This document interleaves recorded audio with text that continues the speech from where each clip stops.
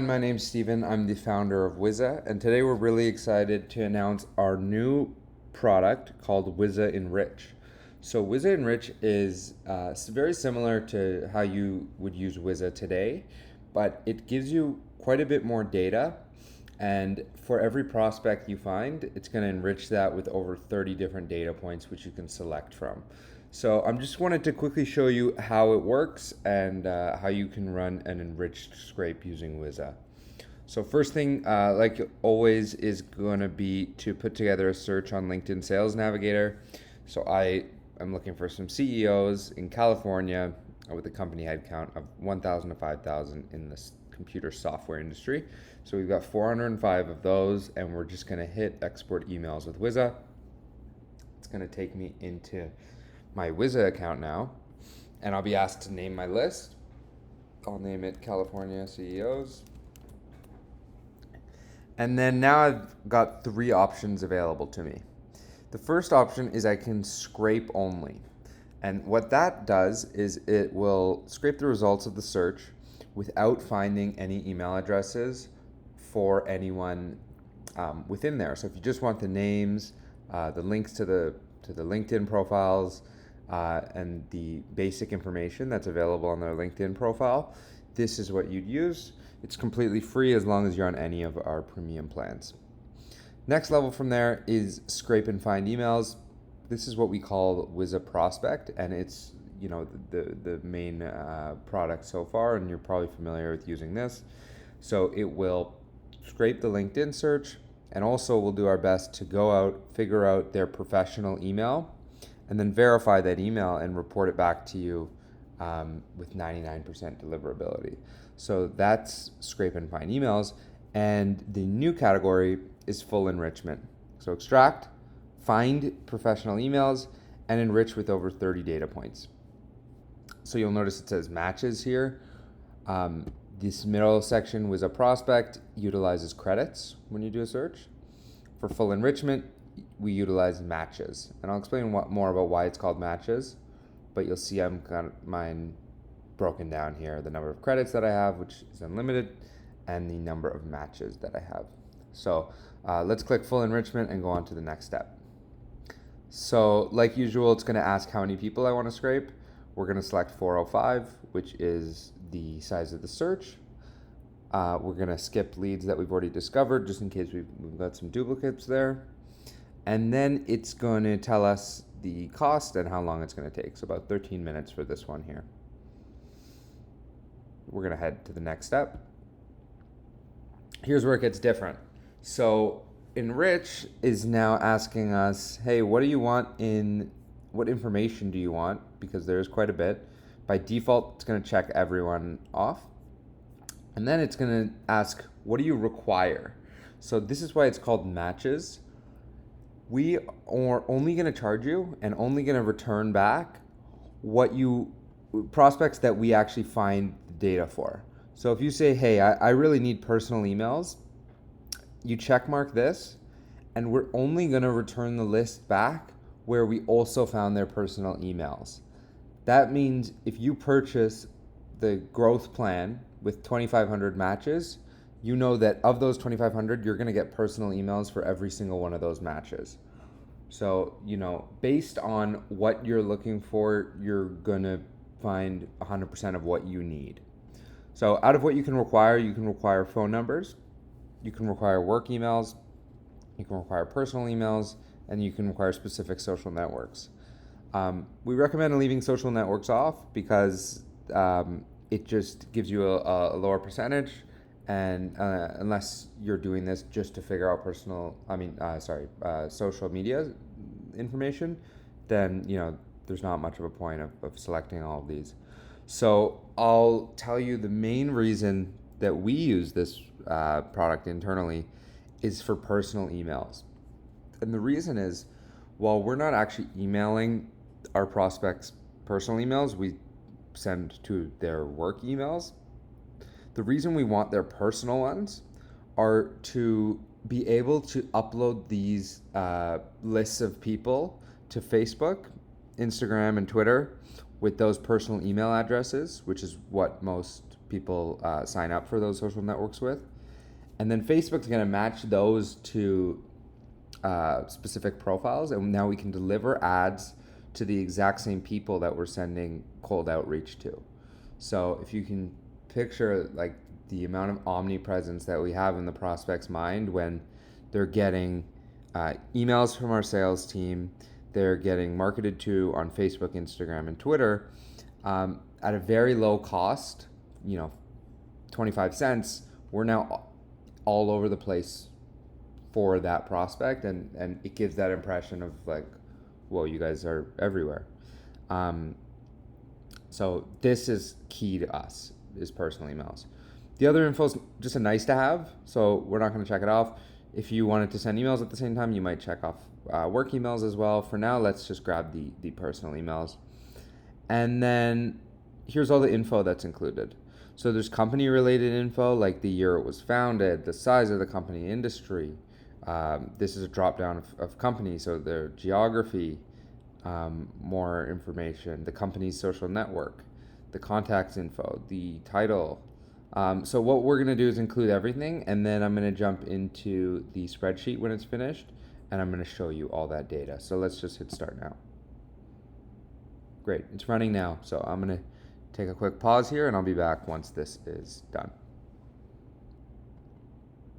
Okay, awesome. So we finished here with the scan. One thing you'll notice is that it's, it looks similar to a prospect scan. So with enriched searches, you're usually going to want to download the people list, whereas with prospect, it's a little different. You'd probably go for the valid, or maybe the valid and the risky. But in this case, we're going to download the entire group of people. So we got 171 matches here. So I've actually already downloaded it, and I added it to a spreadsheet so that I can show you what is included here. So there is a lot. The first thing is email status. I'm kind of going to breeze through these because you may be familiar with them from prospect. So it's a valid email, email address. This is their professional email. This is the prospect's full name. This is the prospect's first name. This is their last name. This is their job title. This is the company they're at. This is the location that they're in. This is their LinkedIn profile URL. This is their company's LinkedIn profile URL. This is their company's domain name. So now some new info. Their LinkedIn avatar. So this is literally them from LinkedIn.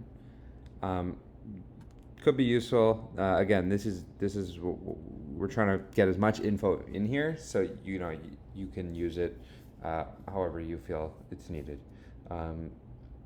Next thing is company size. We've got company size data. One thing you'll notice is some are missing here. Every day we're getting more and more data, so the number and the plentifulness of the data here is just going to get greater and greater and greater. So yeah, that's one thing to keep in mind. So that's company size. Next, the year that the company was founded. A lot of info there. So if you're looking at startups, maybe you might focus on like 2010 and later, or something along those lines. This is the company's industry. This is the company's location. Their locality, region, and country are broken down. This is the company street. This is the company Twitter. So if we click here, for example, that'll take us to that company, Coupa Software. This is their company's Facebook. Click here, Coupa Software's Facebook account. Company's LinkedIn. Click here, Coupa Software. Company's angel list. There's none in this case. Then we have the gender of the prospect. A lot of info here. If you sell any product that's somehow separated by gender, or maybe you'd want to do a different email template based on gender, you can do that there. Birth date. Skills. This is interesting. I figure this might be interesting, especially to recruiters.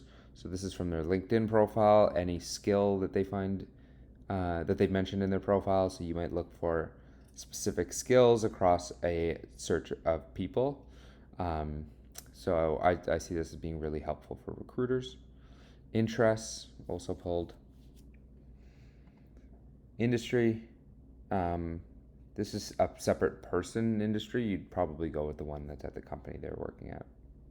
This is their title level, so like CXO, director, manager, etc. This is their title function, chief executive officer. And now it gets really interesting as we provide the personal email, and in some cases multiple different personal emails for that prospect.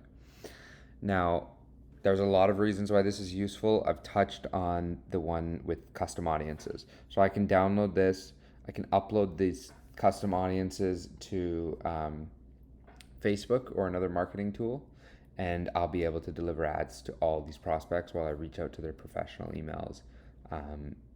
So definitely, this is really important. If you're in recruiting, this is helpful. A lot of times recruiters don't want to reach out to the business email of the prospect. They'd rather reach out to personal.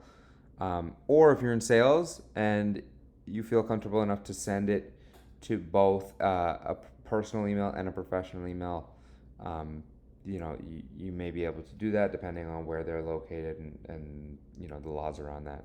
So with personal emails, it's a little different, but we aim for those marketing audiences.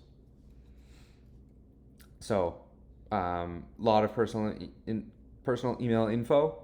One other thing you can do is Facebook and Instagram, they let you build lookalike audiences. So if I do a search of 5,000 CEOs and I've got all their personal emails and I upload them as an audience, not only can I advertise to those 5,000 CEOs, I can use Facebook's algorithms to deliver the ads to what they call a lookalike audience, so people that are very similar to those 5,000. So if we were unable to find their info here, Facebook is probably able to find them. So really, we've had just crazy results doing this. And if you're interested in learning more about the marketing side of those personal emails, reach out on our chat or send me an email at steven@wiza.co. We'd love to help you out and utilize that. We've got phone number 1, 2, and 3 in case we found multiple phone numbers. So one could be a company, one could be a cell. They're all found here. Again, this info, we're looking to add more and more to it, especially on the phone number side as we go. Twitter. So this, differently than the old Twitter we saw, is the person's personal Twitter account. So if you want to maybe mix in a Twitter follow into your outreach or a Twitter message, this just makes it super easy to do that. We know we got the right guy here. He's got Koopa in the sand. This is their Facebook account. Same guy. If you want to mix in a Facebook message, you can do that. This is his LinkedIn account. This is pretty standard. This is his Angel List account.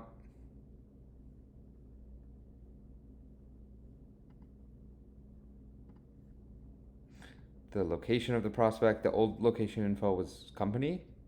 So if they're at a different location than their company, that'll appear here. So their location, locality, region, country as well.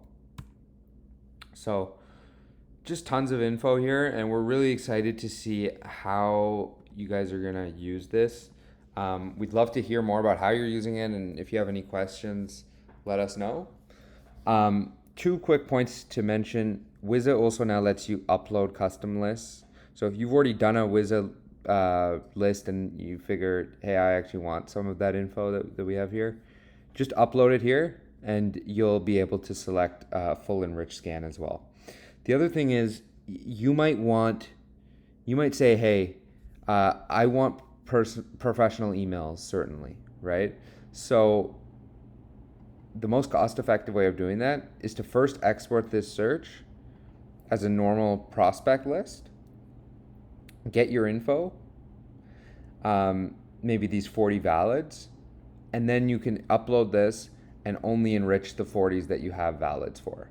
So that's another option available to you.